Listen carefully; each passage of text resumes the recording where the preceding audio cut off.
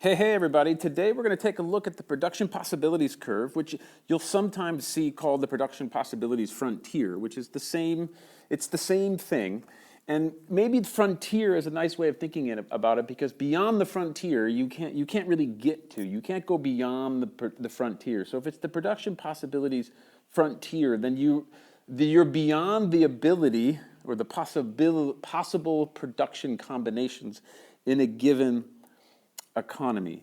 And so these are used by economists to show the very fundamental concepts of scarcity, choice, and opportunity cost, which if you saw the video on that, you were already aware of. If you haven't, I would suggest that you go back and watch that video first. But a production curve is a core economic concept, and is the maximum combinations of goods and services that can be produced by an economy in a given period of time if all resources in the economy are being used fully and efficiently and the state of technology is fixed.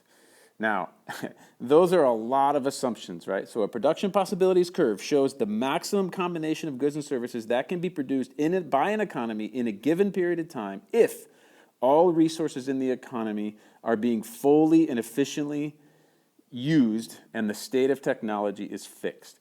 And here's a little picture of it down here, and I'll get into it a little bit more detailed on the next slide. But think about this. If there is a world of iPhones and mountain bikes, and that's it, those are the only two products that you can create, the production possibilities curve is a curve that shows you all of the different combinations of mountain bikes and iPhones you can make.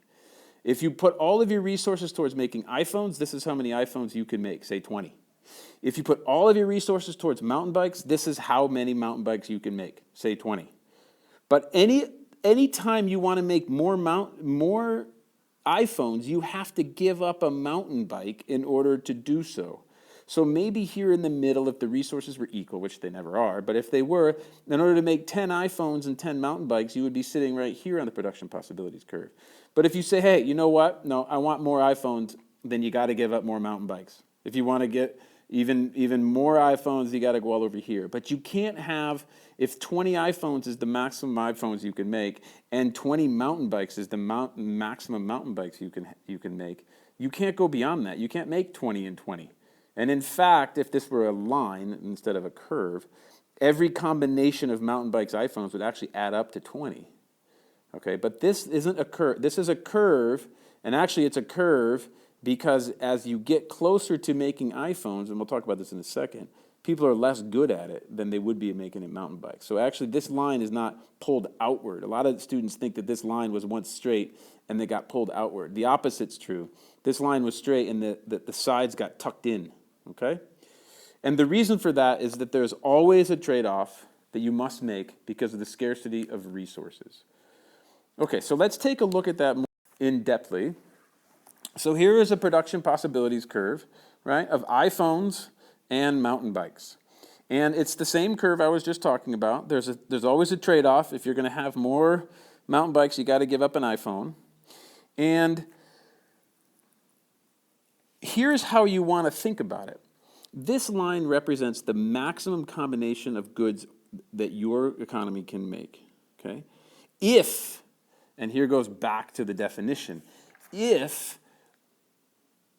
all of the resources in the economy are being used fully and efficiently and the state of technology is fixed. So think about the possibilities of that. Is that really possible? Is it possible that at all times in any economy that all of the resources are being fully used and efficiently and the state of technology is fixed? No, things are constantly improving, for one thing.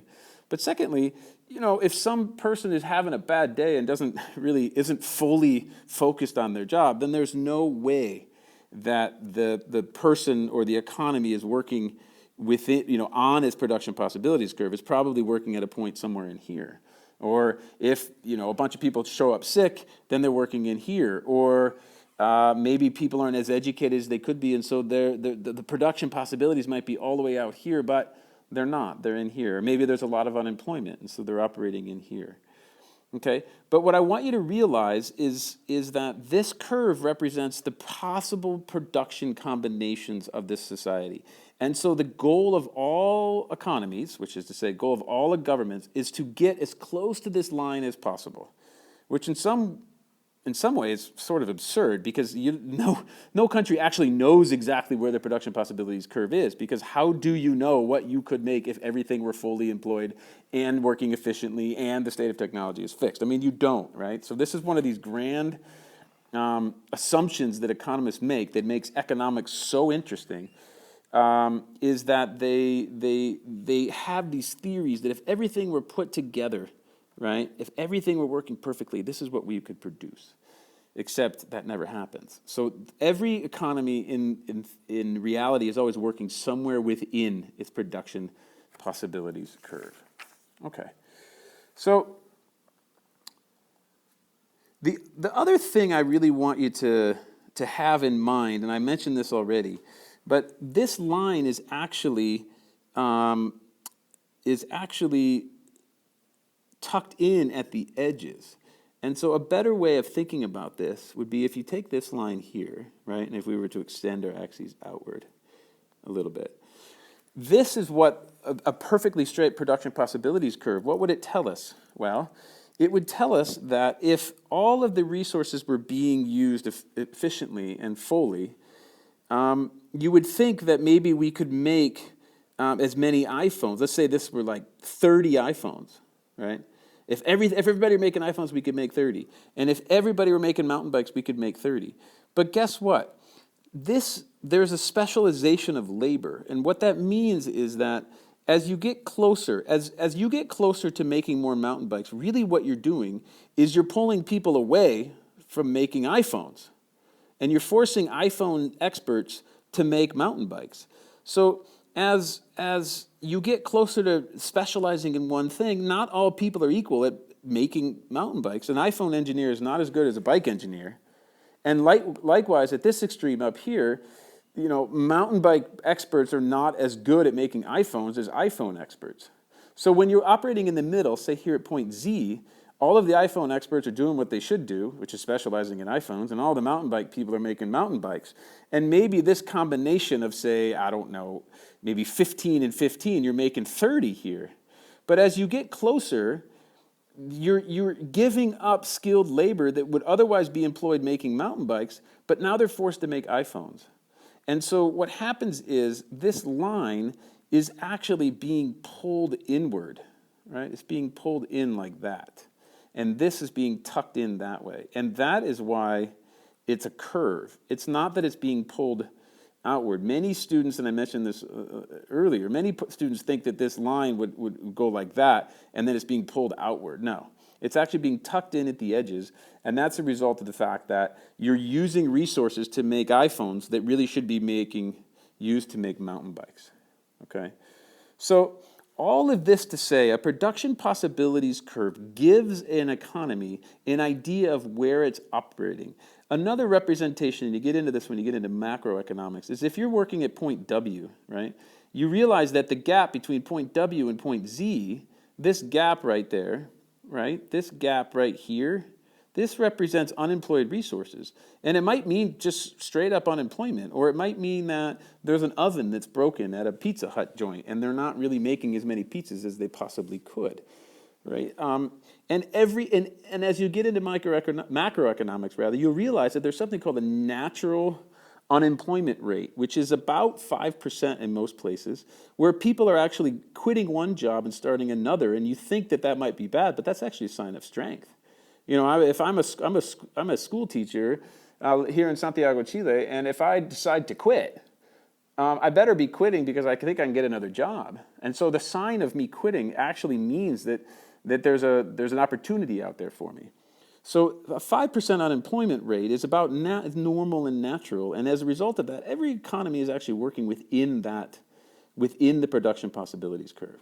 Okay, and the last point that I want to make is, if you take a look at, say, point T out here, right? This point right here, this is not attainable.